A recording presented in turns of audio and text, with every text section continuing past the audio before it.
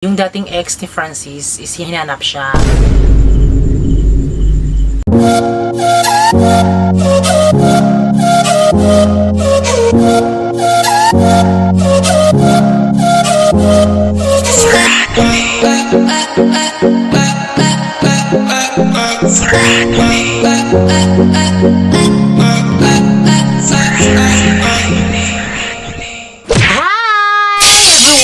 It's me, si Ulysses. Wow. Ayan. So ngayon is hindi to siya prank. Ay, may prank pero slight lang. Hindi siya gaano buo talaga dahil meron tayong pa-surprise kay Francis. Wow. At syempre, kung meron mang gamit na magkakaroon siya. So, which is, relo, ayan. So, na-topic na namin to ni Francis kung ano yung pinakagusto niya. At ito po yung gusto niya, yung relo. At then, syempre, hindi alam ni Francis kung ito yung design or ano man, ay ganyan yung mga anek-anek na ganon, ganyan. So, syempre, mga kalab, ito yung ibibigay natin kay Francis. Ayan. So, isusurprise natin siya. And then, disclaimer, ayan, hindi ito sponsor, okay? Ngayon kasi si Francis, wala siya dito. So, galing ako sa labas dahil in-order ko kasi ito at so, buti na lang is dumating talaga siya agad-agad. Is ito siya, ayan, ito siya sa loob mga kalab, ayan. So, andito siya sa loob mga kalab. Ang cute ng packaging niya. Ayan, nasa carton talaga siya mga kalab. Di pwede siyang paglalagyan ng mga eyeglass, ayan. Para mabigay natin to kay Francis, para magulat siya yung reaction niya. Ayan, so syempre, medyo gagawa tayo ng eksena na prank kibali na. Yung itatopic siguro natin yung ex ni Francis, ayan. So, wala naman silang communication. Hindi ko din alam, hindi din kami sure kung meron nga bang naging ex si Francis kasi siya yung habulin ng babae, hindi siya mismo yung humahabol sa babae. Di ba sana hinahabol? So, ayan, andito na nga, din syempre kapag dumating na si Francis, syempre is ipapakita na natin sa kanya, pero hindi pa agad-agad. So, hindi man ito yung relo na sobrang mamahalin talaga, pero napakamura lang nito, pero alam ko na sa simpleng bagay, sa simpleng regalo, kapag may ibigay tayo, ay dapat marunong tayong makontento at marunong tayong tumanggap kung ano man yung ibibigay sa atin. Ayan, din syempre si Francis, bukod sa manok yung pinakagusto niya, mahilig din siya sa relo. Ayan, kung may napapansin kayo sa relo ni Francis, diba, para lang siyang ang plastic na relo. So, ayan, dahil ito ay totoo talaga na relo, so I'm pretty sure na magugustuhan niya talaga. Deserve ni Francis na magkaroon nito. Nakita niyo naman sa vlog kung gaano ako kamahal ni Francis. And then, first time in my life na may ibigay ako kay Francis na regalo. Ayan, bukod sa aking pagmamahal sa kanya na ibinigay ko sa kanya, at syempre, sinuklian din naman niya ng pagmamahal. Kaya, happily ever after talaga kami. Walang mga anik-anik dyan sa ating isipan kung ano man yung pagdududa. Ay, walang selebrasyon, walang birthday, walang mansari, anniversary, or ano pa man dyan. Gift ko lang sa kanya as mabuting jowa for me. So, ayan, manood pa din kayo kapag dumating na si Francis dito sa bahay. So, ayan mga kalabog, kayo ang aalis, just keep on watching. So, ayan mga kalab, ayan, andito na po si Francis, ayan, at galing siya sa bahay ng mama niya.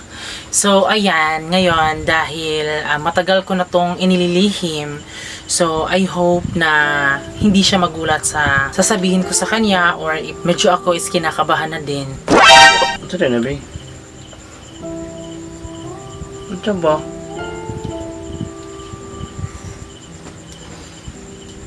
Pangita sa Sus, pastingin. Sabi na, anak. Pagkita mo naman ba tayo? Yung dating ex ni Francis, hinanap siya. Kasi may pumunta kanina kasi sa bahay kanina, tapos hinanap ka.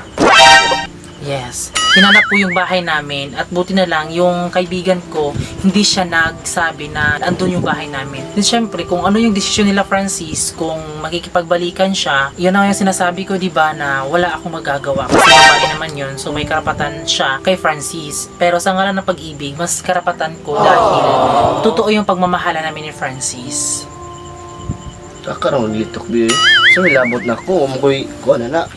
Hindi naman na ngay balikan, gawa naman na. Pero ayan, so pumunta yung babae dahil may inabot siyang sulat.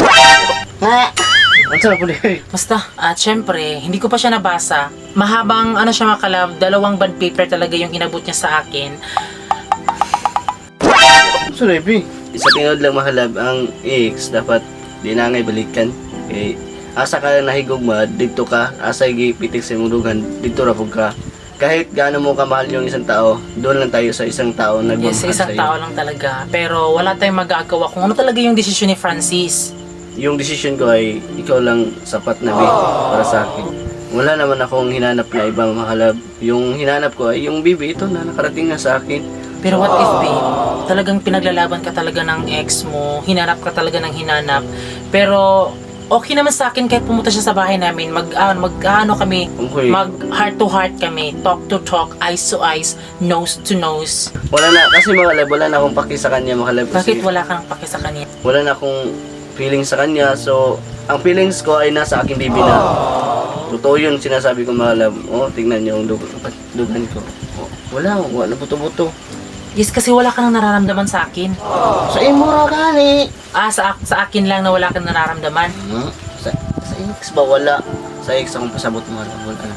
Sa sinasabi sa aking baby mahalab ay hindi ko na papato. Pero what if pupunta siya dito?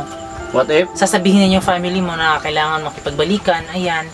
So, kung hindi ko talaga, sana, kung mo kuhan siya man ay hindi po siguro ganan si mama sa kanya, kay ang ipangita mama na naman sa akong baby.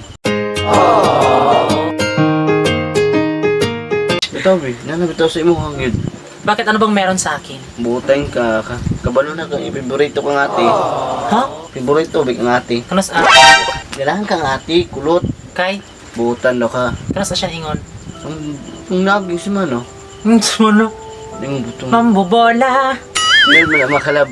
Pero kahit na hindi sabihin ni Francis na gusto ako ng ate niya, naniniwala pa din ako kasi 'di ba, kami yung mas pinaka-close talaga sa lahat ng kapatid ni Francis. Yes, Sa ate yun. Geraldine talaga. So naging close lang naman kami ni ate kasi 'di ba, siya lang naman yung babae sa magkakapatid nila. Then syempre, magka-works kami na ate Geraldine sa kahit anumang bagay. Ayan.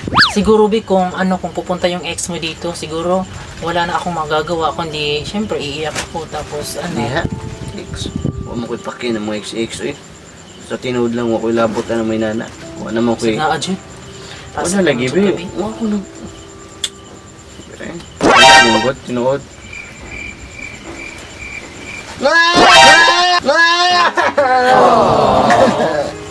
Yay, mga kalab!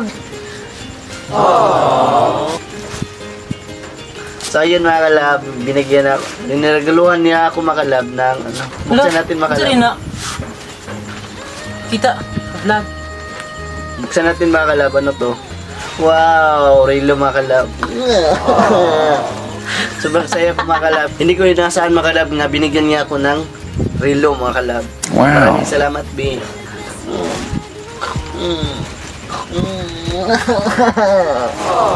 Salamat, B. Ikapila na panagudong undangin na intawan na iyong sayang ay mong gugma. Imo ni ah. Cute. Salamat, B. Biyak. Salamat, B. Ay kapadesot ko. Saya niya makalap. Ganun siya ganyan si Francis kasaya makalab, siya, super clingy niya sa akin. Ayun, hindi yung ang ganun talaga nakikita.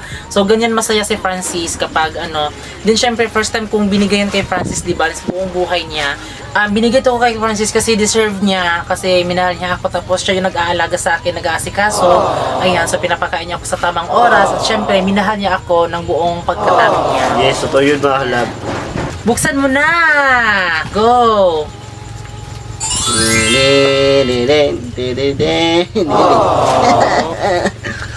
Uy, uy, uy. Wow! Nanalagi sa pakapin, be. Tignan nyo makalab. Merong pakapin makalab dagom. Salamat, be. Oy. Patulog na rin, oy. Salamat, be. Maraming salamat, be. Ipakita mo sa kanila.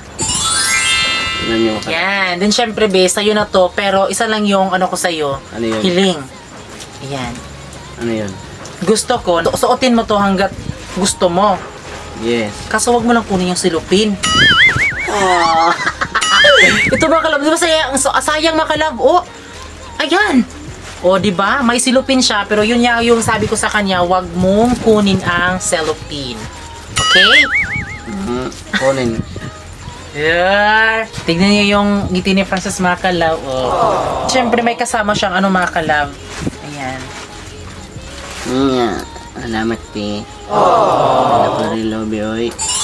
Helen! Basta na. So, kukunin muna natin ito. Sayang kasi, wow, ang kintab. Wow. Grabe! Oh. So, ayan, hindi man to ang mamahaling relo na binigay ko kay Francis. At least, Puno ng pagmamahal mo. yes, at least 'di ba yung pagbigay ko sa kanya is hindi nagdadalawang isip. Yung kabayaran po ng relo ni Francis is yung ngiti niya, ayan.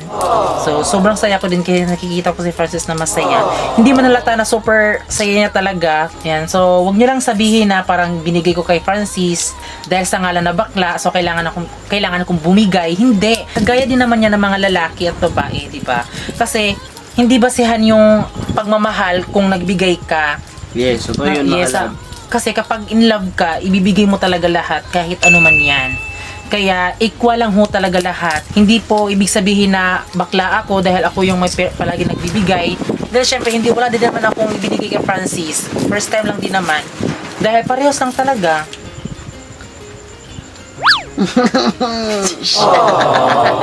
Yan. Bali man siguro na, Ben. Oh, hindi ka siya sa UB. Ulit. Ayan, hindi ka siya kay Francis, pero pwede siyang i-adjust, mga kalab, kasi meron kami ditong pangtanggal. Charan! Ayan. Ayan, meron kami ditong pangtanggal, mga kalab. Ayan. Maraming salamat, Mi, dahil binigyan mo ako ng relo at hindi ako nag-speak, mga kalab, kasi binigyan niya ako ng nito. First time in my life, mga kalab, binigyan niya ako ng relo. Yes, deserve mo talaga sa lahat ng pagod na ginawa mo sa akin na pag-aruga. Ayan. Salamat. Yay! Nana siya yung relo! Nana siya yung relo! Then, syempre, mga kalab, yung sinabi ko kanina is joke-joke lang yun. It's a prank lang yun. Then, syempre, mga kalab, oh my God, sino ba bang ex na mag-ano kay Francis, diba? Subukan niyong gawin yan kasi paglalaban ko talaga si Francis. At wala na kayong karapatan para agawin si Francis sa akin. Madami na akong napatunayan sa kanya na deserve kong mahalin. Hindi lang dahil mahal niya ako, kundi mahal niya din ako ng family niya. At napamahal na sila sa akin kahit na ako'y isang LGBTQ. Ayan. Pero wag ka naman ganyan, ex. Uy, wag ka na umasa kasi iniwan mo na nga, sinaktan mo na nga. Eh, ano pa bang gusto mo? Kahit na sa mga ex ay wala na ako kasing paki sa ilang, mga kalab. Yun lang, mga kalab, sa mga ex dyan, wag na kayong mag-asa kasi mayroon akong minamahal. Minamahal. So ngayon, mga kalab, ayan, nakita na natin yung reaction ni Francis. Ayan. Then, super happy niya. Di ba, Bino? Yes, totoo yun, mga kalab. Sobrang happy ko ngayon, mga kalab, kasi binigyan niya ako ng relo. Ayan, so isa-shoutout muna natin yung ating Kalab fans bago kayo may magpapaalam. So ayan, shoutout kay Miss Maika Bacane, Jonalyn Laurenciana, Angelo De La Torre, Angel Mame Almenie, Daylene Ending, Ann Gallego, Mel Gripaldio, at kay Kim Ibanez. Ayan, so thank you sa lahat na nagpapa-shoutout. Maraming salamat sa inyo, mga kalab, sa pag-support niyo sa among, mga kalab. At sana, mga kalab, tuloy-tuloy na yung pag-support niyo sa amin, mga kalab. Ayan. So ngayon, mga kalab, bago kayo umalis, please don't forget to subscribe our YouTube channel at kami ang Family Love Team na nagsasabing dapat love lang. Sa iya sa kura makita nimo sa kong pahiyo. Ayaw na diha bago na huna nga mugukod pa kaniya. Kapoy lang ka undang ipalihog lang ako na